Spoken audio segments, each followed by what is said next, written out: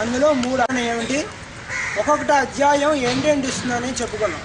ఒకటి శిక్ష, ఇంకోటి శిక్షావళి యందు శిష్యుడు పరమ విద్య బ్రహ్మ విద్య ఎందుకు అర్హత సంపాదించడానికి ఎటువంటి గురువువలిలో తన తండ్రి ద్వారా శిక్షణ పొందడం ఎలాగ అంటే, తండ్రి ఫస్ట్ 3 గురువులు ఉంటారు, తల్లి తండ్రి గురువు.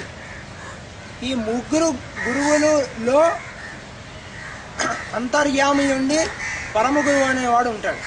అంటే ఫస్ట్ మాటలు నేర్పించేది తల్లి అయితే, ప్రవర్తన నేర్పించేది తండ్రి అయితే, చదువు నేర్పించేది టీచర్ అయితే, సమస్త జీవరాశులు యందు జలచరాలు యందు చరాచర జగత్తు యందు ఒకే వాక్ అనేది ప్రవహిస్తూ ఉంటుంది.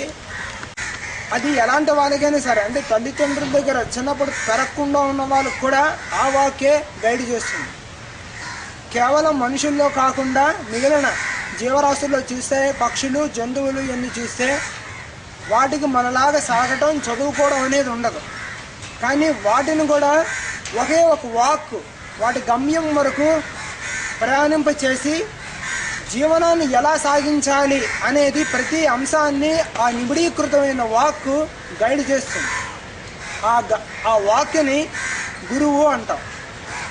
సో ఇక్కడ తండ్రి ద్వారా గురువు ఎటువంటి విద్యని కొడుక్కి ఇస్తాడు అనేది భృగువలి యందు చెప్తారు. 3వది ఆనందవల్లి. అంటే ఈ విద్యను పొందిన తర్వాత సమస్త కర్మచక్రం నుంచి వెలువడిన జీవుడు ఈ ప్రపంచంలోనే బతుకుతూ మనలాగే బతుకుతూ నిరంతర ఆనంద స్థితిని గురోలుతూ ఆ ఆనంద స్థితిని తన యందే కాక మిగిలిన వాళ్ళందరికీ ఎలా ఇవ్వాలి అనేది చెప్పే 3 చాప్టర్స్ ఇందు. ఈ 3 అధ్యాయాలు ఇందు, ఒక్కొక్క అధ్యాయం ఇందు 5 చాప్టర్స్ ఉంటాయి. దాని గురించి బ్రీఫ్గా చెప్పుకున్నాం.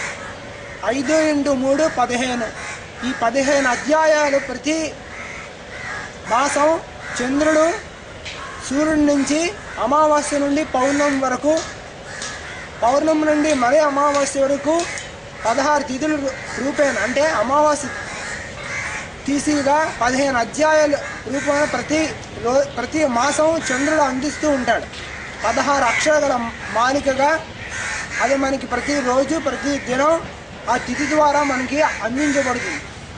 అంటే ఈ చాప్టర్స్ అనేది ఋషులు వాళ్ళు గ్రహాల ద్వారా ఈ తిథులు కూర్చొని స్వీకరిస్తారు. సో ఈ 15 అధ్యాయాలు ఏంటి ఉన్నాయి, వాటి ద్వారా మనం సాధన ఎలా చేసుకోవాలి అంటే, ఇది కేవలం వేదం పురాతనమైన గ్రంథం మాత్రం కాదు. అంటే పూర్వీకులు ఏం చేశారంటే, కొన్ని వేల లక్షల పేజీలు వర్ణించవలసిన అంశాలని మేము అందించలేమేమో అని భయపడి ఒక శ్లోక రూపేణ ఒక మంత్రం రూపేణ అందించేవారు. అంటే ఒక జన్మ ఎంత సాధన చేస్తే తనకు వచ్చిన అనుభూతిని, అంటే ఒక 1000 సంవత్సరాలు 100 సంవత్సరాలు తను పొందిన అనుభూతిని తన పేరిట ఒక మంత్రంగా మంత్రీకరణ చేసి ఒక సంస్కృత మాంత్రిక రూపేణ శ్లోకాల రూపేణ భద్రపరిచి ఉండేవారు. ఏంటవుతుంది, ఆ శ్లోకాన్ని కానీ ఆ ఋషులకు సంబంధించిన మంత్రాన్ని కానీ చదవడం మొదలు పెడితే, ధ్యానం చేస్తే వారు ఎటువంటి అనుభూతి పొందారో అటువంటి అనుభూతిని మనం పొందడం అవుతుంది. అంటే చదువుకోవడం కన్నా ఇది కొంచెం హయ్యర్ టెక్నాలజీ. అంటే ఇప్పుడు ప్రస్తుతం మనం కంప్యూటర్స్లో చూస్తున్నాం, మొత్తం ఇన్ఫర్మేషన్ని బుక్స్ని అంతా చిన్న మెయిల్ ద్వారా పంపించేస్తారు. అది ఓపెన్ చేసుకున్న వెంటనే అందులో ఎన్ని బుక్స్గా ఉంటే మనకి మెయిల్లో అన్ని బుక్స్ లభిస్తాయి. అదే మనం బయట పుస్తకాలు కొనుక్కోవాలనుకుంటే ఇన్ని పుస్తకాలు ఒకసారి కొనుక్కొని మోయలేం. కానీ అక్కడ మెయిల్లో మీరు ఏ పేజీ కాంటే ఆ పేజీ చదువుకోవచ్చు, ఏ పుస్తకం కాంటే పుస్తకం చదువుకోవచ్చు, ఫ్రీ ఆఫ్ కాస్ట్. మీరు బరువు అనేది మీ చేతుల్లో కూడా ఉండదు. అంటే ప్రస్తుత సాంకేతిక యుగం యందు ఆధ్యాత్మిక విద్యలని ఈ యాంత్రిక ద్వారా బయటికి వస్తున్నాయి. ఇంతకుముందు మరి ఈ విద్యలు లేవా అంటే ఉన్నాయి, అది మనుషులోనే ఉన్నాయి. ఇప్పుడు ప్రస్తుతం యుగంలో జ్యోతిష్ శాస్త్ర ప్రకారం దీన్ని సాంకేతిక యుగం అంటారు. అంటే ద ఏజ్ ఆఫ్ సైన్స్. ఇప్పుడు ఏంటవుతుందంటే, మానవులో నిక్షిప్తమై ఉన్న శక్తులు బయటికి యంత్ర రూపేణ వస్తువులుగా ధారణ చేస్తాయి. అప్పుడు ఏంటవుతుంది, అంటే ఈ అంశాలు ఇంతకుముందు మనుషులో లేవా అంటే ఉన్నాయి. ఇప్పుడే బయటికి ఎందుకు వస్తున్నాయంటే అదే జ్యోతిష్ శాస్త్రం చెప్తుంది. ఏ కాలం యందు ఏ కాల భాగం యందు మనిషి యొక్క ప్రవర్తన, మనిషి యొక్క నడవడి ఎలా ఉంటుంది అనేది జ్యోతిష్ శాస్త్రం చెప్తుంది. దాన్ని ఆధారంగా చేసుకొని ఋషులు రాబోయే యుగాలకి మనుషులకి కావాల్సిన విద్యని దాచడానికి భౌతిక రూపేణ కాకుండా శ్లోకాల రూపేణ శిష్యుడికి ఇచ్చేవారు. నువ్వు ఇది చదువుకోరా, ఈ మంత్రం ఉచ్చారించాయి, నీకు మెయిల్లో పుస్తకాలు వచ్చినట్టుగా నీకు మనసుకి మొత్తం విద్య అనేది డాన్ అవుతుందని. దీనికి ప్రత్యక్ష నిరూపణే అంటే మన కిందటి క్లాసుల్లో చెప్పాడు మేడం బ్లావెట్స్కి, హెచ్బిబి హెరోనా పెట్రోనా బ్లావెట్స్కి అని ఆవిడ రష్యన్ చిత్రాలు, ఆవిడకి ఇంగ్లీష్ కూడా రాదు. మన హిమాలయాల్లో ఉండే పరమ గురువులు ఆవిడకి రష్యాలో ఆవిడ ఉంటూ ఉండగా ఆవిడకి ఆధ్యాత్మిక మీద ఇంట్రెస్ట్ అంటే ఉత్సుకత ఎక్కువ ఉండడం వల్ల ఆయన అక్కడ హిమాలయాల నుంచి డిక్టేట్ చేస్తే పుస్తకం ఆవిడ చదువుకొని అలా ఆకాశంలో పేజీలు కనిపిస్తే చూసి రాసేది. సీక్రెట్ డాక్ట్రిన్ అని 2 వాల్యూమ్స్ ప్రింట్ అయ్యాయి, ఇంకా 2 వాల్యూమ్స్ ప్రింట్ కాలేదు. థియోసాఫికల్ సొసైటీలో మీకు ఇవి లభ్యం అవుతాయి. ఆవిడ వర్క్స్ ఆవిడ ఏమిటి ఎలా చేసింది, పరమ గురువులు యొక్క తత్వం అంటే భాషకి మనిషి యొక్క రూపానికి అంటే దానికి సంబంధం లేకుండా ఒక జీవికి సంబంధించే సంబంధంలోకి వెళ్ళి ఈ విద్యని ఎలా నేర్చుకోవాలి అనేది మనకి వేద విద్యలు చెప్తాయి. ఇది కేవలం భారతీయ సాంప్రదాయం కింద మాత్రమే ఇటువంటి విద్యలు నిక్షిప్తమై ఉన్నాయి. చైనా, ఈజిప్టు, తర్వాత మాయన్ సివిలైజేషన్, ఇండియన్ సివిలైజేషన్, ఈ 4 సివిలైజేషన్స్ ఇంతకు ముందు ఇటువంటి బ్రహ్మ విద్యా కేంద్రాలు ఉండేవి. కానీ ప్రస్తుతం మిగిలిన జాతులు నెమ్మదిగా వీటిని కోల్పోయాయి. చైనాలో కొన్ని విలేజ్ల్లో, గ్రామాల్లో మాత్రమే రహస్యంగా ఇటువంటివి ఉన్నాయి. మళ్ళీ మన ఇండియాలోనే ఇవి ఉన్నాయి. ఏమిటి ఈ తైత్రీయ ఉపనిషత్తు మనకేంటి ఇస్తుంది అంటే ప్రస్తుతం మన జీవనానికి ఇది ఎలా అనుసంధానం చేసుకోవాలి. బాగుంది, సమయం ఖాళీగా ఉంది కాబట్టి నేర్చుకుంటున్నాం. ఇది ఇటువంటి వేద విద్య ప్రస్తుత యుగానికి ఎలా పనిచేస్తుంది అంటే ఈ శిక్షావళిలో కింద క్లాసుల్లో చెప్పినట్టుగా ఒక్కొక్క సంఖ్య గురించే చెప్తారు. ఈ శిక్షావళి 5, 18 అనే సంఖ్య ఎక్కువగా వాటి యొక్క సంఖ్యల్ని వర్ణిస్తారు. మనిషి యొక్క దేహం యాక్చువల్గా దేహం కాదు, అది రాబోయే ఇంకొక 10 ఏళ్ళలో మనకి సైన్స్ తెలుస్తుంది. ఒక ఎనర్జీస్ ఒక పూల్తో కట్టబడిన శరీరం తప్ప అంటే అనేక శక్తుల సమ్మేళనమే తప్ప యాక్చువల్గా ద్రవ్యం అనేది లేదు. అది మన ప్రస్తుతం సైన్స్ కింద కూడా ప్రూవ్ చేయబడింది ఐన్స్టీన్ ఈక్వేషన్తో. అంటే ఎనర్జీ ఒక రూపమే ఒక రూపం నుంచి ఇంకో రూపానికి మారడమే తప్ప ఎనర్జీని పుట్టించడం కానీ డిస్ట్రక్ట్ చేయడం కానీ లేదని మనం చదువుకున్నాం సైన్స్లో. సో ఇందులో కూడా ఏం చెప్తారంటే యాక్చువల్గా దేహం అనేది ద్రవ్యం అనేది లేదు, శక్తి యొక్క అనేక విభిన్న రూపాలే ఈ జీవ దేహాల కింద విభజింపబడ్డాయి. ఏ శక్తి ద్వారా ఈ దేహాలన్నీ నిర్మాణం అవుతున్నాయో ఆ శక్తిని మనం ఓంకారం ద్వారా కానీ అందుకోగలిగితే ఏ దేహాన్నైనా ధరించగలం, ఏ వాక్కునైనా అర్థం చేసుకోగలం. ఈ దేహ కర్మ నుంచి మన యొక్క ప్రయాణాన్ని ఎటుపక్క వెళ్ళాలో అటుపక్క మార్గాన్ని ఆ పరమ గురువుల యొక్క చరణానికి మన ఈ ఓంకార సాధన పట్టుకెళ్తుంది. ఈ ఓంకారాన్ని ఎలా చేయాలి, ఇప్పుడు దాకా భూమి యందు జరిగిన చరిత్రలు మన యందు ఎలా నిక్షిప్తమై ఉన్నాయి. హౌ ఆల్ ద సైన్సెస్ అంటే ప్రస్తుతం మనం సోషల్, తర్వాత మనం చదువుకున్న హిస్టరీ, తర్వాత ఆర్కియాలజీ, తర్వాత యాంథ్రోపాలజీ, ఈ శాస్త్రాలన్నీ మానవుడు ఎందుకు పనిచేస్తాయా అంటే పనిచేస్తాయి. యాక్చువల్గా ఇన్ని విద్యలు అంటూ లేవు, ఉన్నది ఒకే ఒక విద్య, అదే బ్రహ్మ విద్య, ఆత్మ విద్య. దాని యందు సహస్ర కిరణాలుగా అనేక కిరణాలుగా మానవుడి యొక్క విజ్ఞాన చక్షువు బట్టి ఒక్కొక్క దృక్కోణం ద్వారా ఒక్కొక్క కేంద్రాన్ని ద్వారా ఒక్కొక్క కిరణాన్ని తీసుకొని దాన్ని అర్థం చేసుకొని మనం ఇప్పుడు విభిన్నమైన శాస్త్రాలు కింద చదువుకుంటున్నాం తప్ప ఈ శాస్త్రాలు అన్నీ కలిపితే ఒకటే. ఈ శాస్త్రాలు అన్నిటి యందు ఒకే ఒక అంశం ప్రతిధ్వనిస్తూ ఉంటుంది. ఒకటి వదిలి ఒకటి శాస్త్రం ఉంటూ ఉండదు. మనం కొట్టుకుంటూ ఉంటాం. ఈ శాస్త్రం వాళ్ళు, ఈ శాస్త్రజ్ఞులు, ఇంకో శాస్త్రజ్ఞులు డిపార్ట్మెంట్ వాళ్ళు కొట్టుకోవడం అనేది మనకు ఉంటుంది తప్ప ఒక సైన్స్ ఇంకో సైన్స్ పనిచేయకుండా ఉండదు. సివిలైజేషన్ గురించి మాట్లాడినా మనిషే ఉంటాడు, హిస్టరీ గురించి మాట్లాడిన మనుషులే ఉంటారు, సైన్స్ గురించి మాట్లాడిన మనుషులే ఉంటారు, ఫిజిక్స్ గురించి మాట్లాడిన మనిషే ఉంటాడు. అంటే మనిషిని తెలుసుకోవడమే ప్రధానమైన శాస్త్రం. దీన్ని సైన్స్ ఆఫ్ మ్యాన్ అని మాస్టర్ వికే గారు ఫస్ట్ టైము ఈ ప్రస్తుత సైంటిఫిక్ ఏజ్కి ఎలా చదువుకోవాలి అనేది ఆయన పుస్తకాల ద్వారా ఇచ్చి ఉన్నారు. జెనీవాలో కూడా ఆయన ఒక యూనివర్సిటీలో స్టార్ట్ చేశారు. ఈ సైన్స్ ఆఫ్ మ్యాన్ అనే కోర్స్ స్టార్ట్ చేసి, అంటే ప్రస్తుతం మనం నేర్చుకుంటున్న అన్ని విద్యలు మనిషి గురించే తప్ప మనిషి గురించి కాంది వాడు తెలుసుకునేది అనేది వాడికి బుర్ర వెళ్ళదు. కాబట్టి మనిషి గురించి తెలుసుకోవడమే ప్రధానం. దానికి కావాల్సినవి మెయిన్ 3 శాస్త్రాలు. ఒకటి యోగ శాస్త్రం, ఇంకోటి మంత్రశాస్త్రం, ఇంకోటి వేద శాస్త్రం. అంటే వేదం ఉంది భాగాలు, కానీ మనం అనుకుంటున్న వేదాన్ని మీకు వేదశాస్త్రం నేను చెప్పాను. అంటే వేదం కానది అంటే ఏమీ లేదు, సమస్తం వేదమయమే. వేదం అనేది మనకి 4 పుస్తకాల కింద మైండ్లో ఇంప్రింట్ అయింది కాబట్టి మీకు వేదశాస్త్రం చెప్తున్నాను.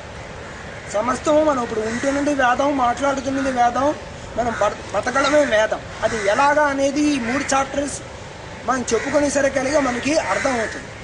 ఈ శిక్షావళి ఎందుకు ఫస్ట్ చాప్టర్ ఏం చెప్తారంటే ఈ 5 and 18 కాన్షియస్నెస్ అని చెప్తారు. అంటే మానవుడు శక్తుల యొక్క సమ్మేళనం, ఆ శక్తులు ఎలా విభిన్న సోపానాల కింద అంటే స్టెప్స్ కింద ఎలా దిగి వచ్చాయి, ఏ నంబర్స్ పనిచేయడం వల్ల ఏ స్టెప్స్లో ఏ ఎనర్జీస్ ఎలా పనిచేయడం వల్ల మానవుడి శరీరం కట్టుకుంటుంది, మానవుడి శరీరం ద్వారా ఈ ఆత్మ విద్యని బ్రహ్మ విద్యని ఎలా తెలుసుకోగలం అనేది మనకి ఈ శాస్త్రం చెప్తుంది. అంటే ఈ సమస్త విద్య ఎవరు అంటే మనమే, సమస్త ప్రపంచం ఏది అంటే మనమే, మనం దర్శించుకోవడానికి కావాల్సిన కీ కూడా మనమే. అది ఎలా చేయాలి, ఎలా ఓపెన్ చేసుకోవాలి అంటే మనలో అది మనకి చెప్తుంది. ఫస్ట్ మనం శిక్షావళిలోకి వెళ్దాం. ఇందులో 3 చాప్టర్స్ ఎందు శాంతి మంత్రాలు అనేది ఉంటాయి. శాంతి మంత్రాలు ఏంటంటే శాంతి అంటే ఎటువంటి డిస్టర్బెన్స్ లేనిది అనేది ఫస్ట్ అర్థం చెప్పుకోవచ్చు. 2 పరిపూర్ణత చెందితే కూడా శాంతి వస్తుంది. సమస్త విజ్ఞానం తెలుసుకొని ఎటువంటి మనసు అలజడి లేకుండా ఉంటే అప్పుడు కూడా వచ్చేది శాంతే. సమస్త బ్రహ్మ విద్య తెలుసుకొని రేపేంటవుతుందో తెలిసి ఇది ఎలాగే ఉంటుందని మొత్తం మన స్టోరీ కానీ తెలిస్తే మనకు అప్పుడు కలిగేది శాంతి. అంటే తెలియకపోవడం ఇగ్నరెన్స్, అంతా తెలిస్తే ఉన్నది శాంతి. అంటే వ్యాక్యూమ్ వేరు, ఫుల్నెస్ వేరు. అంటే ఏమి తెలియనప్పుడు మనలో ఉండేది అలజడి. దానివల్లే మనిషి జీవనం అంతా అలజడితోనే వెళ్తుంది. ఎందుకంటే అజ్ఞానంలో ఉంటాం. రేపేంటి, ఎవరు మంచివాళ్ళు ఎవరు చెడ్డవాళ్ళు, మన గమ్యం ఏంటి, ఎందుకు పుట్టాము, ఎక్కడికి వెళ్తున్నాం, ఎవరిని నమ్మాలి ఎవరిని నమ్మకూడదు, రేపు ఏది తీసుకుంటే మన ఆధారంగా మనం బతకగలం అనే దాని మీద మనం ఆధారంగా తీసుకొని వెళ్తున్నంతసేపు ఒక మెట్టే కనిపిస్తుంది, ఇంకో మెట్టు మనకు కనిపించదు. ఆ భయంతో ఆ ఆందోళనతో జీవనం వెళ్ళడం అనేది స్టార్ట్ అవుతుంది. ఎప్పుడైతే మన యొక్క జర్నీ కానీ మనం అంటే పక్షిలాగా పైనుంచి కిందకి చూసినప్పుడు మనకి ఓవర్ వ్యూ ఎప్పుడైతే కలుగుతుందో, అంటే పరమ గురువుల యొక్క సన్నిధిలో మన యొక్క జన్మ యొక్క ప్రణాళిక ఎప్పుడైతే మనం తెలుసుకుంటామో అప్పుడు మనం ఎందుకు పుట్టామో, మనం ఏ పని చేయడానికి పుట్టామో అనేది కానీ మనకి తెలియడం మొదలు పెడితే ముందు అలజడి అనేది తగ్గుతుంది. ఎందుకంటే శాంతి వస్తుంది. ఎందుకంటే గమ్యం తెలిసింది, మార్గం తెలిసింది, అప్పుడు వెళ్ళడమే ఉంటుంది. సో మొదట అనేది జ్ఞానం. సో జ్ఞానం వల్ల శాంతి వస్తుంది. నెక్స్ట్ జ్ఞాన మార్గం కనిపించింది, లభ్యమైంది. ఆ మార్గం ఎందు నడుస్తూ ఉన్నప్పుడు విభిన్నమైన ఆబ్స్టికల్స్ వస్తాయి, అడ్డంకులు వస్తాయి. ఆ అడ్డంకులు అవి మనలోంచే వస్తున్నాయి తప్ప మనుషులు పరిస్థితులు అనే అడ్డంకులు కావు. అవి మనలో ఆలోచనలుగా ఉత్పన్నమైనవి. క్రమక్రమంగా దారిలో వెళ్తున్నప్పుడు తెలిసినప్పుడు వాటిని అడ్డంకి కింద భావకుండా వాటిని ఒక స్టెప్ కింద తీసుకుంటాం. అంటే మనిషి ఎదగడానికి ఏం కావాలంటే ఫెయిల్యూర్స్ కావాలి. వాడికి ఎన్ని ఫెయిల్యూర్స్ ఫెయిల్ అయితే అన్ని స్టెప్స్ ఎదుగుతాడు. So failures are stepping stones to success అనే సూత్రాన్ని ఆధారంగా తీసుకొని వాడి జీవనం ఎందు వచ్చిన అడ్డంకుల్ని, ఆ సన్నివేశము, ఆ కష్టమైన పరిస్థితి మనకి ఏం చెప్తోంది, మానసిక వికాసానికి ప్రజ్ఞా వికాసానికి మనిషి యొక్క ఎదగడానికి ఆ సన్నివేశం మనకే ఎందుకు వస్తుంది, ఆ సన్నివేశం మన ద్వారా మనం నేర్చుకోవాల్సింది ఏమిటి అనేది మనకి ఆ మార్గంలో తెలియడం మొదలు పడుతుంది. అప్పుడు ప్రతి మనిషి ప్రతి సన్నివేశం మన యందు భాగంగా అవుతాయి. అప్పుడు మనం యోగ మార్గాన్ని యందు ప్రయాణించడం మొదలు పెడతాం. అది యోగం యందు ఏం చేస్తామంటే అష్టాంగ యోగం. అక్కడ ఎలాగా స్వామీజీ చెప్తున్నారు, భగవద్గీత, పతంజలి యోగ సూత్రాలు, ఈ రెండు మెయిన్గా మానవుని జీవన విధానాన్ని ఎలా ప్రస్తుతం యుగం యందు ఉండాలి, బతకాలి అనేది చెప్తాయి. ఆ యోగ మార్గం యందు నడుస్తూ ప్రపంచంలో ఉన్న అంశాలు మన యందు ఎలా ప్రతిబింబిస్తున్నాయి, వాటిని మనం ఎలా చిత్రీకరించుకొని జీవితంలో మనలో ఉండే ప్రాబ్లమ్స్ని మనం ఎలా సాల్వ్ చేసుకోవాలి. ప్రాబ్లం అనేది మాస్టర్ గారు చెప్పినట్టుగా మన మనసులో ఉండే ఒక ముడి, దాన్ని మనమే విప్పుకోవాలి. విప్పుకోవడం రాకపోతే పరమ గురువుకి సమర్పణ చెందాలి, అంటే దేవుడికైనా సమర్పణ చెందాలి. భగవంతుడా, నాకు ఈ సన్నివేశాన్ని ఎందుకు ఇచ్చావు, దీని ద్వారా నేను నేర్చుకోవాల్సింది ఏమిటి? ప్రతి నిమిషం ప్రతి కాలం యందు భగవంతుడు మనకి ఏదో వస్తువు రూపేణా, మనిషి రూపేణా, పుస్తక రూపేణా ఏదో ఒకటి నేర్పిస్తూ చెప్దామని ప్రయత్నిస్తూనే ఉంటాడు. అయితే మనం మన వ్యవహారాల్లో కొంచెం బిజీగా ఉండడం వల్ల మనం దాన్ని చూడలేం. ఎప్పుడైతే మనకు ఆ సందేశం, ఆ కంటిన్యూటీ ఆఫ్ నాలెడ్జ్, డైరెక్షన్ అనేది వస్తూ ఉంటుందో అప్పుడు మనం మునిలు అవుతాం. అంటే క్వశ్చన్ చేయడం మానేసి మౌనంగా ఉండి మనలోనే ఆన్సర్స్ వెతుక్కోవడం మొదలు పెడతాం.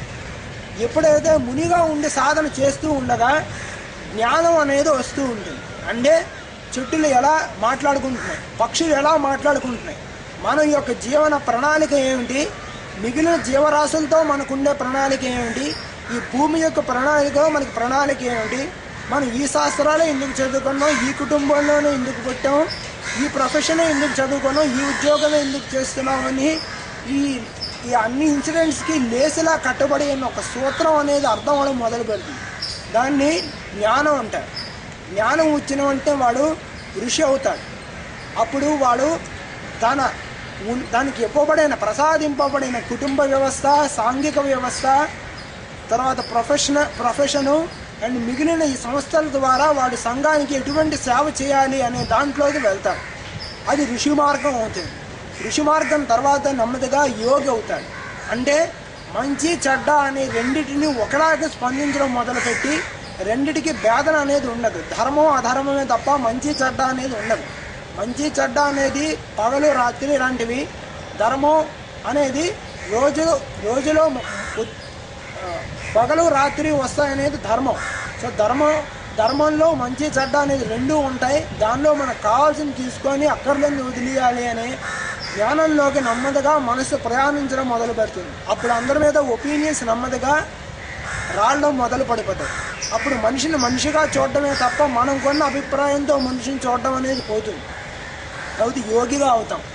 యోగి అయిన తర్వాత నెమ్మదిగా భక్తుడిగా అవుతాం. అంటే ప్రతి మనిషి భగవంత స్వరూపంగానే భావిస్తాం. అంటే భావించడం అంటే తెలుసుకుంటాం, ధ్యానించడం కాదు. ప్రతి మనిషి యొక్క శరీరము లైఫ్ లేకపోతే మనం సస్టైనెన్స్ లేదనే ఒక థాట్ అనేది రియలైజేషన్లోకి వస్తాం. దాన్నే ఫుడ్ చైన్ అని మనం ఈ బయాలజీలో చెప్తారు. కమ్యూనిటీ లివింగ్ అంటారు, సోషల్ లివింగ్ అంటారు, ఫుడ్ చైన్ అంటారు. అంటే మనకి ఎలా ఇంట్రికేట్గా మనం ఇంకో సొసైటీ మీద డిపెండ్ అయి ఉన్నామంటే ఏ మనిషి ఏ ఒక్క ప్రవర్తన సమంగా ఎప్పుడు చేయలేకపోయినా మనం మన జీవితంలో నడవడం అనేది వెళ్దాం. ఈ రెసిషన్ అనేది మనకు వస్తుంది. ఫైనాన్షియల్ రెసిషన్స్ ఎందుకు వస్తాయి? ఒక డిపార్ట్మెంట్ వాడు సమంగా పనిచేయడం మానేస్తే మిగిలిన డిపార్ట్మెంట్స్ అన్నీ దెబ్బతినేస్తాయి. దానివల్ల ఏంటవుతుంది? మనీ ఫ్లో పోతుంది. మనీ ఫ్లో పోయిన వెంటనే సోషల్ వర్కింగ్స్ మారిపోతాయి.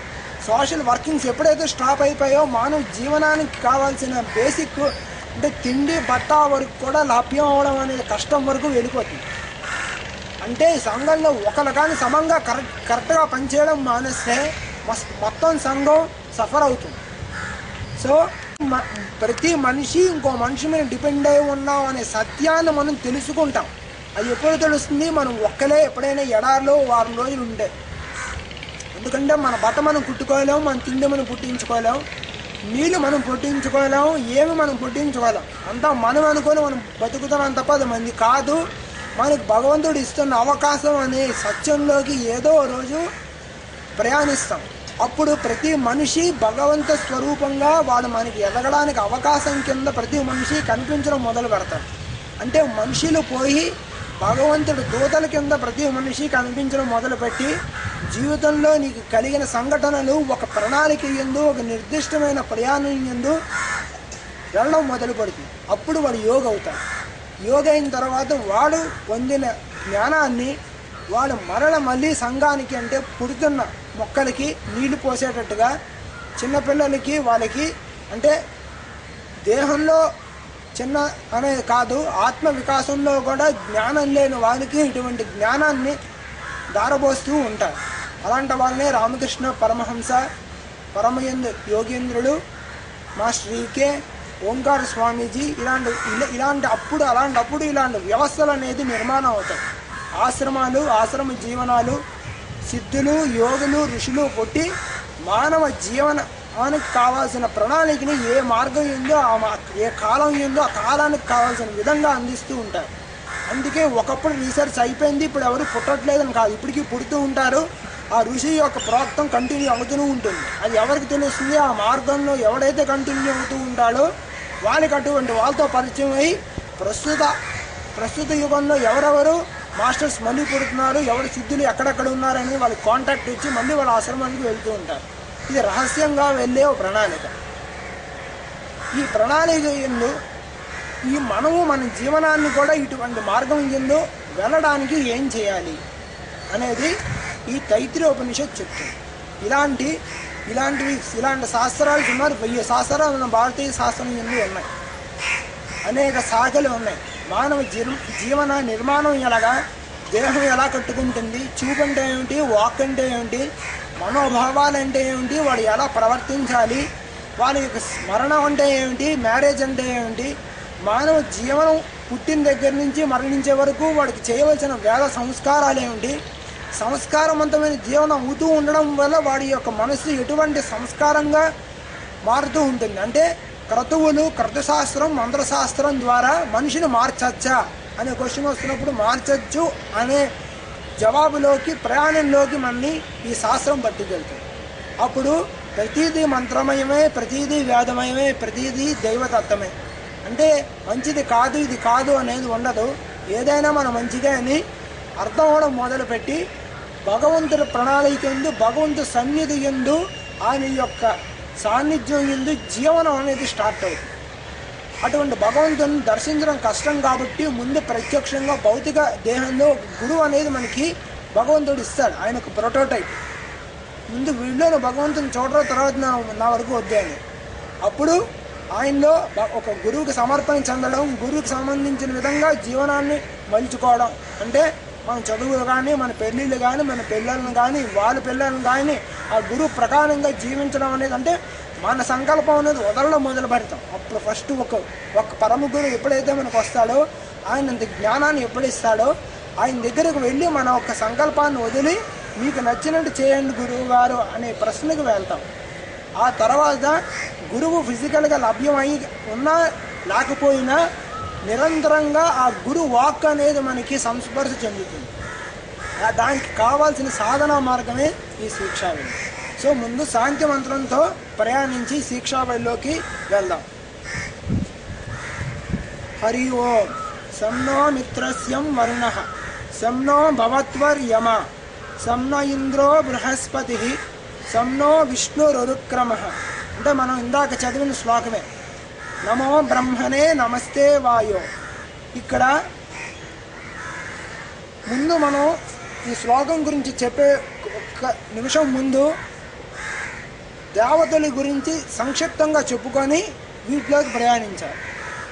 దేవతలు 64 కోట్లు దేవతలు.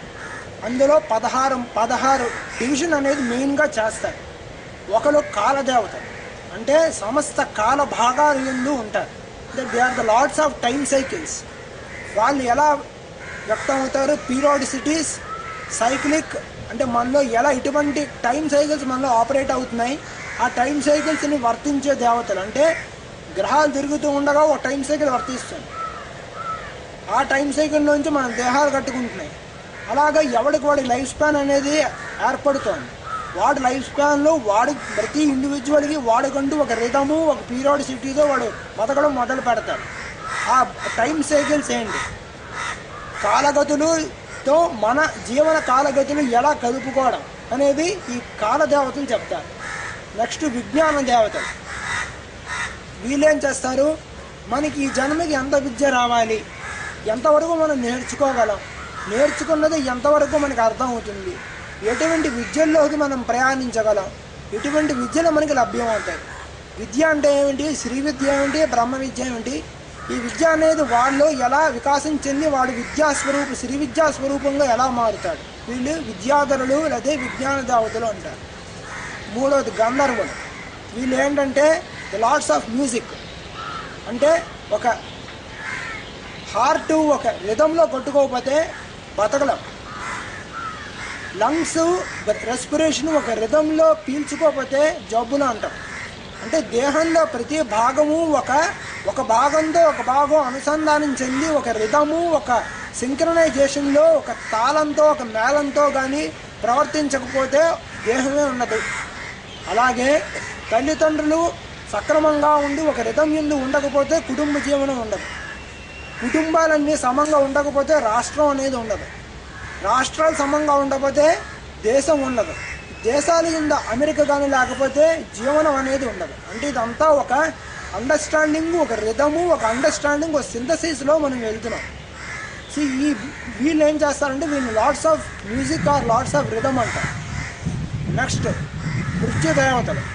అంటే దేహం వదిలిన తర్వాత ఆత్మ ఏ లోకాలు ఎందు ప్రయాణిస్తుంది, ఆ తర్వాత ఆ ప్రయాణంలో మనం చేసిన ఆలోచనలు భావనలు అనే పాపాల నుంచి ఎలా క్షాళన చెందాలి, అటువంటి దుష్టమైన ఆలోచనలు చేయకుండా మనసుని ఎలా సాధన చేసుకోవాలి, మళ్ళీ జన్మ తీసుకునేటప్పుడు సక్రమైన సాధన ఎలా చేసుకొని మళ్ళీ మంచి జీవనంలోకి ఎలా వెళ్ళాలి, జన్మ ఎలా తీసుకోవాలి, దేహం వదలడం ఉంటే ఏమిటి, పాపకర్మను వదలడం ఉంటే ఏమిటి, మనసు యొక్క స్థితిగతులను వదలడం ఉంటే ఏమిటి, దేన్ని వదలాలి దేన్ని పట్టుకోవాలి అనేది ఈ మృత్యుదేవతలు చెప్తారు. తర్వాత లార్డ్స్ ఆఫ్ స్పీచ్. వీళ్ళు వాక్కుకు సంబంధించిన దేవతలు. మనిషి యొక్క ఒక్కొక్కడికి ఒక్కొక్క రకమైన వాయిస్ అనేది ఏర్పడుతుంది.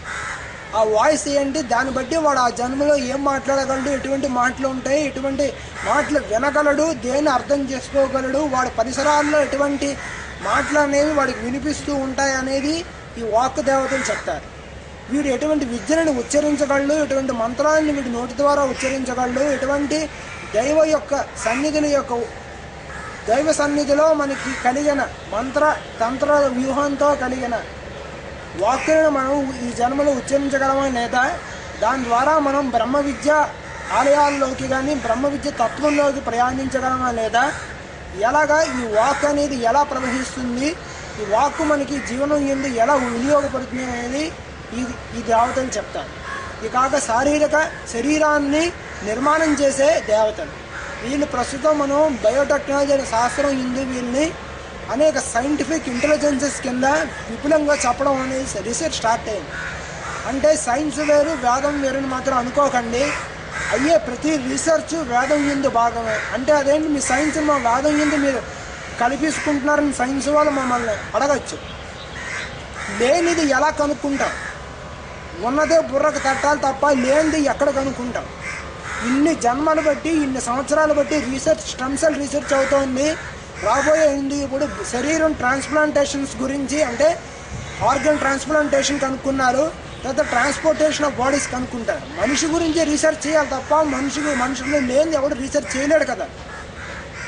అంటే మనకి ఏదైతే అనుభవం చెందగలమో, ఏది మన ఆలోచన వెళ్ళగలదో, ఏది చూడగలమో దాని ఎందు ఇంకా తెలియంది చూడాలి అనే ఆలోచనతో రీసెర్చ్ మొదలవుతుంది తప్ప రీసెర్చ్ అంటే ఉన్నదాన్ని మళ్ళీ సమంగా చూడు అనే దాంతోనే, అంటే ఉన్నదాన్నే మనం తెలుసుకోవడం తప్ప లేదనేది లేదు.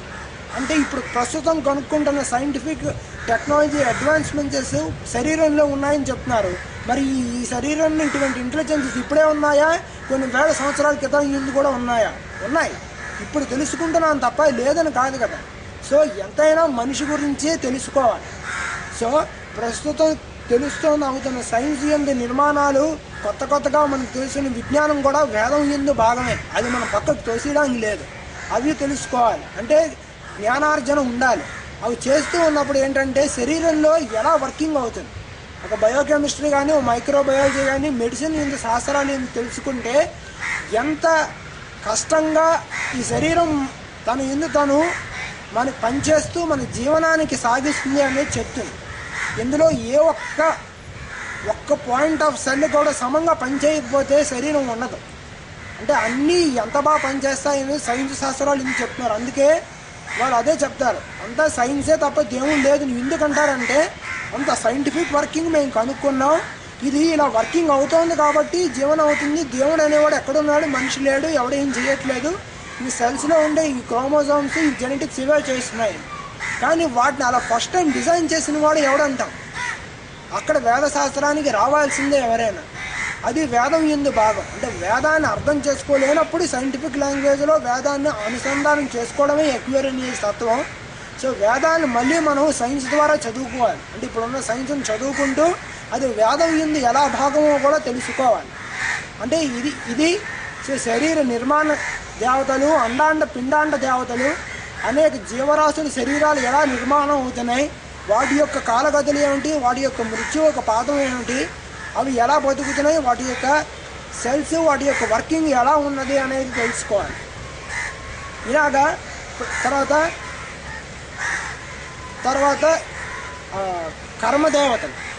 కర్మదేవతలు అంటే మనం చేసిన ఆలోచనలు, భావనలు ఒక లాకర్ యందు భద్రపరచబడతాయి. ఆ యొక్క ఆలోచనలు, భావనలు ఏం చేశామో అవే మనకి వచ్చే జన్మలో అటువంటి తత్వంతో కూడిన శరీరం మనకి వచ్చే జన్మలో ప్రసాదింపబడుతుంది. కాబట్టి ప్రతి మనిషికి ఒక్కొక్క రకమైన శరీర రూపం, లావణ్యం అనేది ఉంటుంది.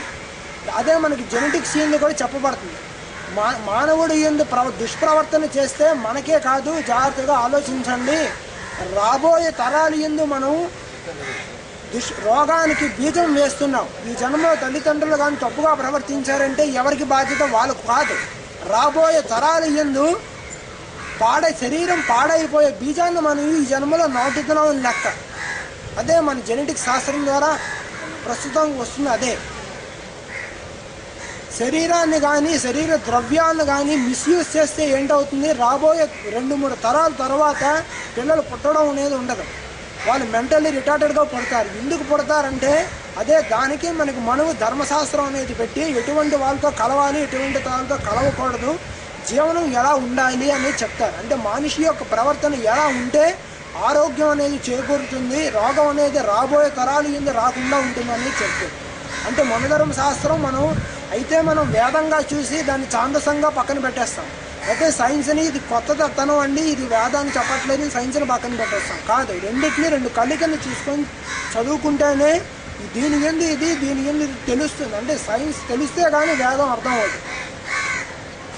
అంటే ప్రస్తుతం భూమి ఎందు అన్ని శాస్త్రాలు చదువుకోవాలి, వాటి ఎందు కనీసమే జ్ఞానమైన మనం సంపాదించుకుంటే ఈ వేద శాస్త్రం అర్థమవుతుంది. మాకంత టైం లేదు, మాకు డైరెక్ట్గా బ్రహ్మ విద్య కావాలి అంటే వేదాలు చదువుకొని వాటిని ధ్యానం చేయండి. అదే మేము చెప్పాను. లేనిది కాదు, ఉన్నదే మంత్రం ఉట్టి. ఇప్పుడు కూర్చొని ఇలా ఖాళీ టైంలో మంత్రాలు చదువుకోవడం వల్ల రాళ్ళు రాలుతాయా, చింతకాయలు రాలుతాయి అంటే రాలుతాయి, చదివే విధానంగా చదివితే. ఇదికి సైన్స్కి సంబంధం ఏముంది అంటే రండి చెప్తాం. మాలాంటి వాళ్ళు సుమారు 1,00,000 మంది ఉన్నారు. రండి మేము చెప్తాం, సైన్స్కి వేదానికి కొన్న అనుసంధానం ఏమిటి చెప్తాం. మాలాంటి వాళ్ళని 1,00,000 మంది తయారు చేశారు గురువులు. వారి యొక్క ప్రవచనాలు వింటే చాలు మనకి పునీతం అవుతుంది. అంటే మనకి తెలియనప్పుడు ఒకరి గురించి కామెంట్ చేయకూడదు. ఏ శాస్త్రంలో ఎవరికి ఏదైనా దాని గురించి సంక్షిప్తంగా మన శాస్త్రం తెలుసుకున్నాక ఆ శాస్త్రం కరెక్టా తప్పు అని చెప్పగలగాలి. అవగాహన లేనప్పుడు ఒక శాస్త్రం గురించి నింద అనేది చేయడం అనేది విద్యార్థికి మాత్రం అది క్వాలిటీ కాదు. ఇప్పుడు మెడిసిన్ వాడు లా కరెక్ట్ కాదండి అని చెప్తే ఎంత కరెక్టో అది ఇంతే. రండి చదువుకోండి, ఒక 7 ఏళ్ళు 14 ఏళ్ళు ఒక శాస్త్రాన్ని చదివి దాని గురించి మాట్లాడాలి.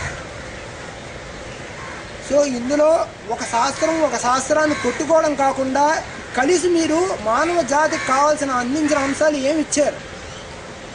ప్రస్తుతం యూత్ అడుగుతున్న క్వశ్చన్ ఇది. ఓకే, మీరందరూ గ్రేటే, మీరందరూ కలిపి మాకేం సొల్యూషన్ ఇచ్చారని అడిగితే ఆన్సర్ లేదు. అదే బర్నార్డ్ షా ఒక షో కండక్ట్ చేశాడు. ఆయన English professor, English philosopher, writer. ఆయన ఒక డ్రామా కండక్ట్ చేశాడు. ఆ డ్రామా ఎందు సైంటిస్ట్ని, ఫిలాసఫర్స్ని పక్కన కూర్చోబెట్టి మీరు ఇంతవరకు చాలా రీసెర్చ్ చేశారు, చాలా బాగుంది, అయితే మానవ పురోగమనకి, పరిణామానికి, ఎవల్యూషన్కి మీ ఇద్దరు కలిసి ఏమైనా సాధనాంశాలు ఇచ్చారా అంటే ఇద్దరు ఎలా తలలు రెండు డిపార్ట్మెంట్స్ వాళ్ళు తలలు కిందకి పెడతారు. మరి లేనప్పుడు మీ ఇద్దరు కొట్టుకొని మా టైం ఎందుకు వేస్ట్ చేస్తారు అనే ఒక డ్రామా కండక్ట్ చేశారండి. అంటే డిపార్ట్మెంట్స్ కొట్టుకోవడం కాదు, డిపార్ట్మెంట్స్ అన్నీ కలిసి మానవ విజ్ఞానానికి కావాల్సినవి ఎంతవరకు ఇస్తున్నాయి, కనుక్కున్న రీసెర్చ్ సామాన్యమైన మానవుడికి ఎంతవరకు లభ్యం అవుతుంది అనేది కూడా ఒక ప్రశ్న. సో కాబట్టి మనం డిబేట్లోకి డిస్కషన్లోకి వెళ్ళి ఏది కరెక్ట్ ఏది తప్పు అనేది అన్వేషణ మానాలి. అంటే ఏది కరెక్ట్ జడ్జిమెంట్ మానేసి ఆ పరిశోధనలోకి వెళ్ళాలి. అన్వేషణ మానేసి పరిశోధనలోకి వెళ్తే సొల్యూషను అన్నిటి ఎందుకు ఉన్నది ఒకటే అని చెప్తుంది. అదే కృష్ణుడు భగవద్గీత ఎందు అంటాడు, నువ్వు ఏ మార్గంలోంచి అయినా నువ్వు నన్ను చేరుకోవచ్చు. నువ్వు శాస్త్ర ప్రమాణంగా వెళ్ళు, శాస్త్ర ప్రమాణంగా వెళ్ళి జ్ఞానంలో ఎక్కడి నుంచి వస్తుంది జ్ఞానం ఇంకా ఎంత ఉంది అంటే బాగా రీసెర్చ్ చేసిన వాడు చెప్తాడు ఇదంతా ఒక ఎనర్జీ వల్ల అవుతుంది, ఒక శక్తి వల్ల అవుతుంది తప్ప ఏది మన చేతుల్లో లేదని చెప్తారు. అలా ఒక డాక్టర్ దగ్గరికి వెళ్ళి అడగండి, కొన్ని లక్షల ఆపరేషన్ చేశాక అతనికి తెలుస్తుంది ఈ ప్రాణం అనేది మన చేతుల్లో లేదు, భగవంతుడు ఉంచితే ఉంటుంది లేకపోతే పోతుందని చెప్తాడు. ఒక లాయర్ దగ్గరికి వెళ్ళి, సీనియర్ లాయర్ దగ్గరికి వెళ్ళి అడగండి, మానవ జీవనం యొక్క విధానాలు ఇలా ఉన్నాయి, వాటిని మనం ఏమైనా మార్చగలమా అంటే ఎవడ కర్మ బట్టి వాడికి వస్తుంది తప్ప మనం చేయగలిగింది ఏమీ లేదని చెప్తాడు. అలా ఏ డిపార్ట్మెంట్ ఏందో మనం హైయెస్ట్ రీసెర్చ్ చేసినా భగవంతుడిని చేరుకుంటాం. సో భగవంతుని సాధనలోకి డిపార్ట్మెంట్స్తో మనం కొట్టుకోవడం కాకుండా వాటిలో ఉన్న కామన్నెస్ని తీసుకొని ఈ వన్ సోర్స్లోకి ప్రయాణించడం కానీ మొదలు పడితే మనకి సొల్యూషన్ అనేది వస్తుంది. ఆ సొల్యూషన్ అనేది ఏమిటి? సో అది ఈ శిక్షా వెలియందు ఎటువంటి జీవనాన్ని చేయాలి అంటే ఇందులో అన్ని శాస్త్రాలు కలపబడి శిష్యుడు ఎలా బ్రహ్మ విద్యను పొందాలి అనే అంశాన్ని ఈజీగా అందిస్తారు. ఈ 16 రకాలు బేసిక్గా చేసుకొని శరీరంలో 64 కోట్ల మంది దేవతలు పనిచేస్తూ ఉంటారు. ఇందు ఒక్కొక్క కాల దేవతలు అంటే రోజు ఎందు ఉండే 24 గంటల ఎందు ఉండే దేవతలు, మాస దేవతలు అంటే కాలదేవతల గురించి చిన్న విపులంగా చెప్పుకుందాం. ఉందంటే ఇప్పుడు మన కాలదేవతల గురించి చెప్పుకోవాలి. రోజుకి 24 గంటలు ఉంటాయి. 24 గంటకు చెప్పిన ఓ దేవత, 12 మాసాలకి 12 మాసాధిపతులు, 12 పౌర్ణములకి అమావాస్యలకి 24 మంది సంవత్సర దేవతలు, ఒక్కొక్క తిథికి చెప్పిన 16 తిథులకి 16 దేవతలు, తర్వాత 60 సంవత్సరాలకి 60 సంవత్సరాలు దేవతలు. ఇది బేసిక్ డివిజన్. ఇంకా డివిజన్ చేస్తే ఇందులోనే సుమారు 365 దేవతలు ఉంటాయి. కాలదేవతల్లోనే అంతమంది రకాలు ఉంటాయి. సో విపులంగా వాటిని వచ్చే క్లాసులో ఏం చెప్పుకుంటాం. ఇప్పుడు ఎందుకు చెప్తామంటే ఈ శ్లోకానికి కాలదేవతలకి సంబంధం ఉంది. శంనో మిత్రస్యం వరుణ, మిత్రుడు వరుణుడు. శంనో మిత్రస్యం వరుణ, శంనో అంటే శాంతిని ఇచ్చువాడు ఎవడు? మిత్రుడు వరుణుడు మాకు శాంతిని ఇచ్చుగాక. మిత్రుడు అంటే సూర్యోదయం యందు వచ్చిన సూర్యుడిని మిత్రుడు అంటాం. సూర్యాస్తమయం ఉన్నప్పుడు ఉన్న సూర్యుడిని వరుణుడు అంటాం. అంటే east, lord of east, lord of వెస్ట్ని మిత్ర వరుణ అంటాం.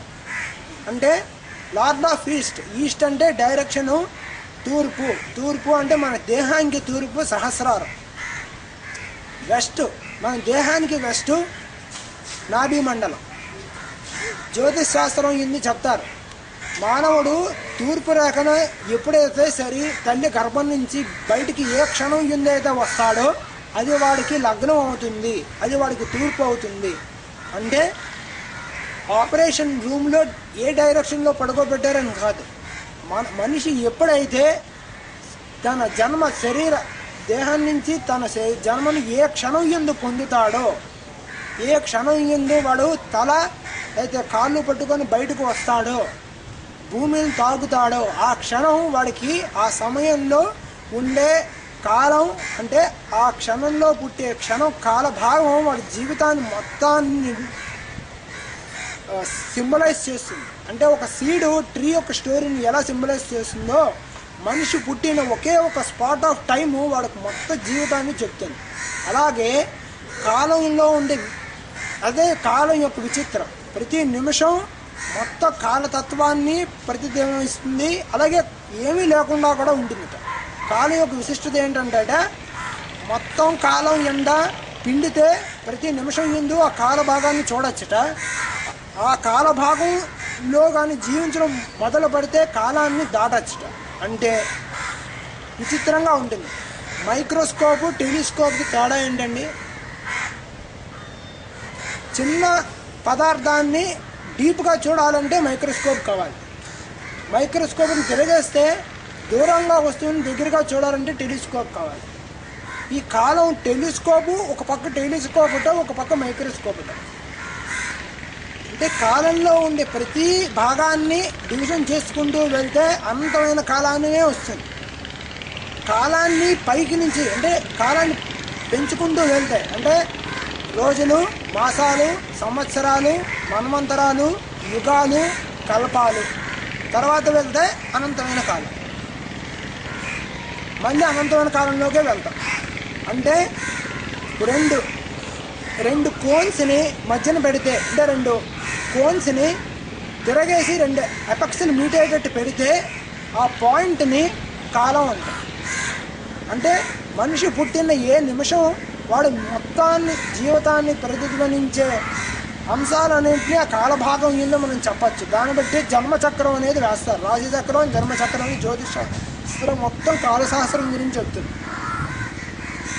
దీనికి ఏంటంటే మనం పుట్టినప్పుడు చుట్టూ ఉండే దేవతలు, అంగాంగ దేవతలు, మధ్యలో ఈ 64 కోట్ల దేవతలు ఏ విజన్లో మనం చూస్తున్నారు, దాన్ని బట్టి మన యొక్క ఆధ్యాత్మిక పురోగమనం అనేది స్పిరిచువల్ ఆస్ట్రాలజీ చెప్తుంది.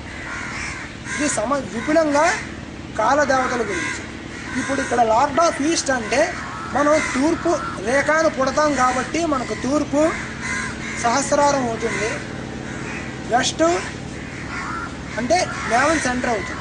అలాగే భూమికి కూడా తూర్పు పడమరలు అనేది ఉంటాయి.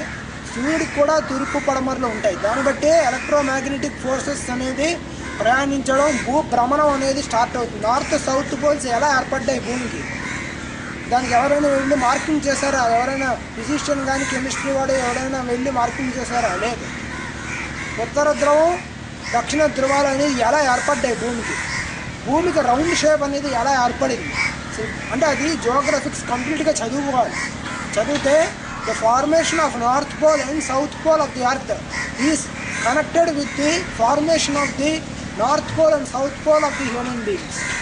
అంటే భూమి యొక్క నార్త్ సౌత్ పోల్ కట్టుకోవడం వల్లే అణువుల్లో నార్త్ సౌత్ పోల్ కట్టుకోవడం అనేది ఏర్పడి అణువులు యొక్క అందులో క్రోమోజోమ్స్ అనేది కట్టుకోవడం, అవి క్రోమోజోమ్స్ విభజన అంటే మనకి ఇంటర్మీడియట్ బయాలజీలో చదువుకోవచ్చు. క్రోమోజోమ్స్ యొక్క విభజన జరిగి అణువులు కట్టుకోవడం అనేది మొదలవుతుంది. అంటే ఓరియంటేషను, డైరెక్షన్ అనేది మనకి నార్త్ సౌత్ పోల్స్ వస్తాయి. దాన్ని బట్టి ఎలక్ట్రోమాగ్నెటిక్ ఫీల్డ్స్ ప్రయాణించడం, శరీరంలో ప్రాణం అనేది ప్రయాణించడం, శక్తి అనేది ప్రయాణించడం అనేది ఉంటుంది. దీన్ని ఆధారంగా చేసుకుని ఇచ్చినదే వాస్తుశాస్త్రం. అంటే ఏది మీరు ఒకటి ఇది కాదు అని తీయడానికి లేదు. ప్రతి శాస్త్రం అన్ని కలిపి ఉంటాయి. మన మైండ్ చిన్నది కాబట్టి ఒక్కొక్కటి తెలుసుకోవడం మొదలు పెట్టాలి తప్ప అన్నిటినీ ఒకలా తెలుసుకోవచ్చు. ఎలాగ అన్నిటినీ ఒకసారి పొందడం ఎలాగంటే అదే ఓంకారం. ఈ ఓంకారం కింద సమస్త దేవతలు ఒకే మంత్రాన్ని అదే అంటూ ఉంటారట, అదే ఓంకారం. సో వాళ్ళు ఏం శబ్దాన్ని ఉచ్చరిస్తారో మనం అదే శబ్దాన్ని ఉచ్చరించడం మొదలు పెడితే రెజొనెన్స్ అనేది ఏర్పడి వారు ఏ జ్ఞానంతో శరీర నిర్మాణాలు, కాల నిర్మాణాలు చేస్తున్నాయో అది మనకు భాషిస్తుంది. అందుకే ఓంకారం అన్నిటికన్నా హయ్యెస్ట్ అంటారు. సమస్త మంత్రశాస్త్రం ఏ మంత్రం చూసినా ఓంకారంతో స్టార్ట్ అవుతుంది, ఓంకారంతో ఎండ్ అవుతుంది. సమస్త దేవతలు యొక్క తత్వం ఓంకార స్వరూపంగానే ఉంటాయి. సో అందుకే శివుడు ఓంకార స్వరూపుడు. ఓంకారానికి మళ్ళీ 3 పాదాలు ఉంటాయి. ఆ, ఊ, మా. వాళ్ళే బ్రహ్మ, విష్ణు, మహేశ్వరుడు. వీళ్ళే పొద్దున్న, మధ్యాహ్నం, సాయంత్రం అంటే మార్నింగు, నూను, ఈవినింగ్ ఈ కాల భాగాల్లో వీళ్ళు ముగ్గురు వర్తిస్తారు. అందుకే సంధ్యావందనం అనేది మనకి ట్రెడిషన్లో ఏర్పడింది. ఏంటవుతుంది అంటే జన్మో మిత్రస్యం వర్ణ. ఎవడైతే పొద్దున్న సూర్యోదయానికి, సూర్యాస్తమయానికి ప్రార్థన చేస్తూ ఉంటాడో, సూర్యుని ఆరాధన చేస్తూ ఉంటాడో, సూర్య కిరణాల నుంచి ప్రవహించిన కిరణాల వల్ల ఆధ్యాత్మిక తరంగాలు వాడికి శరీరం యందు ఆయా అణువుల్ని ఉద్బోధన చేసి ఆ జ్ఞానాన్ని వికాసం చేస్తుంది. మిత్రుడు అంటే సమస్త జీవరాశులతో మిత్రత్వం కలిగిన వాడు, అంటే మిత్రభావాన్ని ఇస్తుంది. ఇది ఫస్ట్ లెవెల్లో అర్థం. నెక్స్ట్ విశ్వామిత్ర అంటే సమస్త జీవరాశులతో అనుబంధం, ఎవరితో మనకి పర్సనల్ రిలేషన్షిప్స్ కాకుండా గాడ్ రిలేషన్షిప్స్ అనేది అందరితో ఏర్పడడం మొదలు పడుతుంది. అది విశ్వామిత్ర సెకండ్ రిలేషన్షిప్. మూడవది మిత్ర అంటే క్రియేటివ్ కాన్షియస్నెస్, అంటే సమస్త ఆ క్రియేటివ్ కాన్షియస్నెస్ సహస్రారం చక్రంలో ఉద్బోధన జరిగి ఈ అణువులు ఎలా కట్టుకుంటున్నాయని ఒక్క నిమిషం ఆ యోగి ధ్యానించిస్తే వాడికి అర్థమవుతుంది. చెట్టులు ఏం మాట్లాడుకుంటున్నాయంటే అర్థమవుతుంది, కాకులు ఏం మాట్లాడుకుంటున్నాయో వాడికి అర్థమవుతుంది. అందుకే మనం దత్తాత్రేయ స్వామి కథలు ఎందు కానీ సాయిబాబా కథలు ఎందు కానీ చూస్తే వాళ్ళు మనుషుల్ని జంతువుల్ని ఒకలాగే సాకి ఎవరికి ఎప్పుడు ఏం కావాలో వాళ్ళకి అప్రయత్నంగా వాళ్ళకి చేస్తూ మానవుడికి సేవ చేసినట్టుగా వాళ్ళ చరిత్రలు ఎందుకు కనిపిస్తుంది. ఎలాగా ఆ సిద్ధులు ఎలా చేసి ఉంటారు అంటే ఇటువంటి సాధన వాళ్ళు ఇచ్చి ఉన్నారు. చేయడం వల్ల ఎలా ఉంటామంటే వాళ్ళే మన ప్రత్యక్ష ప్రమాణం. సో పర్సనల్ లైఫ్ అనేది పోయి అందరితో వాళ్ళ మానవ జాతి పురోగమానికి కావాల్సిన క్రియేటివ్ కాన్షియస్నెస్ అనేది పుడుతుంది. అది పుట్టినప్పుడు మీరు రీసెర్చ్ చేయక్కర్లేదు, ఎవరో మీకు పేపర్ ప్రజెంటేషన్కి సర్టిఫికేట్స్ ఇవ్వక్కర్లేదు, భగవంతుడికి సర్టిఫికేట్ ఇస్తారు. అంటే ఇంకెక్కడికో వెళ్ళి నేర్చుకోవడం అనేది ఉండదు. ప్రస్తుతం మనం ఒక 3 years క్రితం చైనాలో ఒక చిన్న బాబు సమాధి స్థితి యందు 6 సంవత్సరాలు ఉంటూ ఉన్నట్ట. అది మనకి ఈ ప్రస్తుతం రీసెంట్గా యూట్యూబ్స్ వాటిలో కూడా చూపించారు. వాడి దగ్గరికి వెళ్ళి బయోలాజికల్ ఆపరేటర్స్ అన్నీ పెట్టి టెస్ట్ చేశారు. వాడు చచ్చిపోయాడా బతుకున్నాడంటే బతికే ఉన్నాడు. వాడు 6 సంవత్సరాలు బట్టి తిండి లేదు, నిద్ర లేదు, మంచినీళ్ళు కూడా తాగలేదు. అంటే అలాంటి సిద్ధులు పుడతారంటే భూమి మీద ఉన్నారు. అటువంటి స్థితి ఈ మిత్రుడు ప్రసాదిస్తాడు. మరి వరుణుడు అంటే సూర్యాస్తమయానికి ఉన్న సూర్యుడి పేరు వరుణుడు అంటారు. Is the called lord of west. వీళ్ళని రీప్రొడక్టివ్ దేవాస్ అంటారు, అంటే శరీర నిర్మాణము చేసే దేవతలు. వీళ్ళు ఏంటిస్తారు? ఓజస్సు, బలాన్ని ఇస్తారు. అంటే వెన్నుముక బలంగా ఉంటేనే శరీరం నించోగలదు. సెంటర్ ఆఫ్ మాస్ అని మనం ఫిజిక్స్లో చదువుకున్నాం. ప్రతి వస్తువుకి సెంటర్ ఆఫ్ మాస్ అనేది ఉంటుంది. అంటే ప్రతి వస్తువుకి అది నిర్మాణం చేసేటప్పుడు అది నించోడానికి దాని స్టెబిలైజేషన్కి మధ్యలో ఒక మాస్కి సెంటర్ ఆఫ్ మాస్ని క్యాలిక్యులేట్ చేస్తారు. ఆ మాస్ యందు సమస్త శక్తులు కేంద్రీకృతమై ఉంటాయి, లేకపోతే ఆ వస్తువు నించోలేదు. అలాగే భూమికి సెంటర్ ఆఫ్ మాస్ ఉంటుంది, లేకపోతే భూ భ్రమణం అనేది జరగదు. అలాగే మనకి సెంటర్ ఆఫ్ మాస్ ఉంటుంది. ఆ సెంటర్ ఆఫ్ మాసే వెస్ట్ సెంటర్ కింద మనం పిలుస్తాం. దాన్ని వరుణుడు అంటాం. ఆ వరుణుని ప్రార్థించడం వల్ల, సూర్యాస్తమయం వరుణుని ప్రార్థించడం వల్ల ఏంటొస్తుంది? ప్రజ్ఞ అనేది చీకటి, అంటే సూర్యాస్తమయం అంటే ఏంటవుతుంది? చీకటి పొరల్లోకి ప్రజ్ఞ ప్రయాణిస్తుంది. అంటే సూర్యుడు వెలుగుపోయి చీకటి ఆవరణలు వస్తాయి. నల్ల ఆవరణలు ఎప్పుడైతే వస్తాయో మానవుడికి అంతర్లోకంలోకి ప్రయాణం అనేది మొదలు పడుతుంది. ఇది ఓన్లీ ట్రాపికల్ రీజియన్స్లో ఉన్న వాళ్ళకే ఉంటుంది, నార్త్ సౌత్ పోల్స్లో ఉన్న వాళ్ళకి ఉండదు. కెమెరా చూసుకోండి. నార్త్ సౌత్ పోల్స్ ఉన్న వాళ్ళకి ట్రాపికల్ రీజియన్స్ ఉండవు. అందుకే భారతీయ సాంప్రదాయంలో పుట్టిన వాళ్ళకి ఎందుకు అదృష్టవంతులు ఉంటారంటే వారి కాల విభజన తంత్ర భాగంగా విభజన చేసి ఉంటుంది. Why India is called the occult centre of all learnings అంటే the time cycles, the geographical regions and the arrangement of nation is such a way it is when the etheric body of yogi. అంటే యోగి యొక్క ఆధ్యాత్మిక శరీరాన్ని కానీ మీరు చూస్తే ఎలా ఉంటుందో భారతదేశం యొక్క దేశ రూపం కూడా అలాగే ఉంటుంది. అటువంటి దేశంలో పుట్టడం అనేది చాలా అదృష్టం. యోగ శాస్త్రం, తంత్రశాస్త్రంలో ఎప్పుడైతే మనం ప్రయాణించి ఎటువంటి ప్రయాణాన్ని చూస్తామో మన దేశం యందు ప్రయాణం అన్ని నదులు, అన్ని నోడులకు సమానం, అన్ని ఖండాలు మనలో ఉండే అన్ని అణువులకి సమానం. అలాగే దీని మీద విశ్లేషంగా క్లాస్ చెప్పుకుందాం. భారతదేశం యొక్క ప్రత్యేకత ఏమిటనేది చెప్పుకుందాం. సో ఏంటవుతుంది? వరుణ సమయంలో, సూర్యాస్తమం సమయంలో సూర్యుడు అస్తమిస్తూ ఉన్నప్పుడు వెలుగులు అనేది చీకటిలోకి వెళ్ళిపోయి వెనక్కి బ్యాక్గ్రౌండ్లోకి వెళ్ళిపోయి చీకట్లు వస్తాయి. వచ్చినప్పుడు ఏంటవుతుంది? మానవుడి ప్రజ్ఞ అస్తమించడం మొదలు పెడుతుంది. అస్తమించడం అంటే ఇది ఇక్కడ 3 లెవెల్స్లో మళ్ళీ మనం పనిచేస్తాం. సూర్యాస్తమం టైంకి ఆఫీస్ పనులు ఆఫీస్, ఇంటికి వచ్చి రిలాక్స్ అవుతాం. అంటే వర్కింగ్ అట్మాస్ఫియర్ అనేది ముందు ఫస్ట్ స్టాప్ చేస్తాం. 2, సూర్యాస్తమం టైమింగ్ ఏంటవుతుంది అంటే మానవుడు అతీంద్ర లోకాల యందు ప్రయాణం, అంటే క్రియేటివ్ కాన్షియస్నెస్ కన్నా తనలో ఉన్న ప్రజ్ఞను యందు ధ్యానం చేసేయడానికి అనుకూలమైన సమయం. ఇక్కడ రెండు తత్వాలు అర్థం చేసుకోవాలి. ఇంకోటి బ్రహ్మతత్వం 2 టైప్స్, ఒకటి అంతర్ముఖం, ఇంకోటి బహిర్ముఖం. సమస్త ప్రపంచాన్ని తనలో దర్శించడం ఒక మార్గం, తన్ని ప్రపంచంగా దర్శించుకోవడం 2వ మార్గం. పొద్దున సమయంలో సాధన చేసే ఋషులకి తను ప్రపంచంగా దర్శిస్తారు, వాళ్ళు స్పిరిచువలిస్ట్ అంటారు. సాయంత్రాల పూట రాత్రి పూట సాధన చేసిన వాళ్ళు అకల్టిస్ట్ అంటారు. అంటే వాళ్ళు సమస్త ప్రపంచాన్ని దేహం యందు అనుసంధానం చేసుకుంటారు. ఎందుకు? రాత్రి టైంలో సూర్యుడి కాంతి ఉండదు. సూర్యుడి కాంతి అంటే లైట్ అంటే మన లైట్లు కాదు. సూర్యుడి కాంతి లేనప్పుడు సూర్యుడి లైట్కి ప్రాణం ఉంటుంది. తర్వాత సూర్యుడి కాంతిలో దేవతలు ఉంటారు. ఆ దేవతలతో సంస్పర్శ అనేది సూర్యాస్తమం అనేది ఉండదు. ప్రతి సూర్యకాంతి నుంచి ఋషులు కాంతుల ద్వారా ప్రయాణించి మనని జీవనం అనేది ఏర్పాటు చేస్తారు. అదే మనకి సైన్స్లో it is the light of the sun which sustains the life upon the earth. Sunlight కానీ లేకపోతే హ్యూమన్ లైఫ్ అనేది లైఫ్ ఎగ్జిస్టెన్స్ అనేది లేదు. ఎందుకంటే సన్లైట్లోనే లైఫ్ ఉంది కాబట్టి. ఆక్సిజన్ ఎక్కడి నుంచి తీసుకుంటాయి? లైట్ నుంచే తీసుకోవాలి. సమస్త ప్రాణం భూమే కాదు, సమస్త గ్రహాలు బతుకుతున్నాయంటే సన్లైట్ ద్వారానే బతుకుతాయి. ఎందుకంటే సూర్యుడి కాంతే ఒక ఇనిషియేషన్. ఆ కాంతిని దర్శించడం కానీ కరెక్ట్గా మొదలు పెడితే మనలో ఉన్న సహస్ర కిరణాలు ఉజ్వలం చెందడం మొదలు పెడతాయి. అదే గాయత్రి.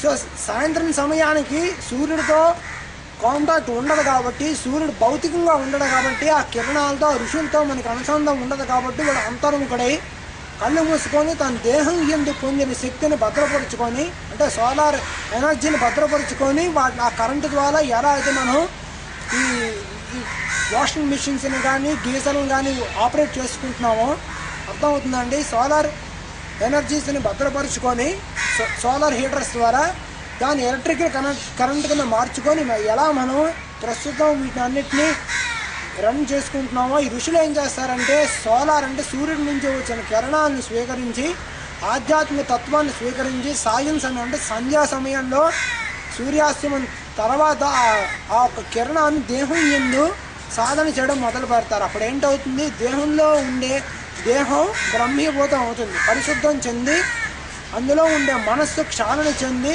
ఆత్మ సంస్కారం చెంది మరల సూర్యోదయం వరకు సాధన చేసుకుంటాం. సో స్పిరిచువలిస్టు అకల్టిస్టులు 2 ఉన్నారు. సో సన్నో మిత్రస్యం వరుణ అంటే సూర్యాస్తమయంలో మిత్రుడు అంటే సూర్యోదయం ఉన్నప్పుడు ఉన్న సూర్యుడు, సూర్యాస్తమయంలో ఉండే సూర్యుడు, ఇద్దరూ మాకు శాంతిని ఇచ్చుగాక. ఇది ఒక్క శ్లోకానికి అర్థం. మిగిలిన శ్లోకానికి వచ్చే వారం చెప్పుకుందాం. స్వస్తి ప్రజాభ్య పరిపాలయంతాం న్యాయేన మార్గేణ మహీం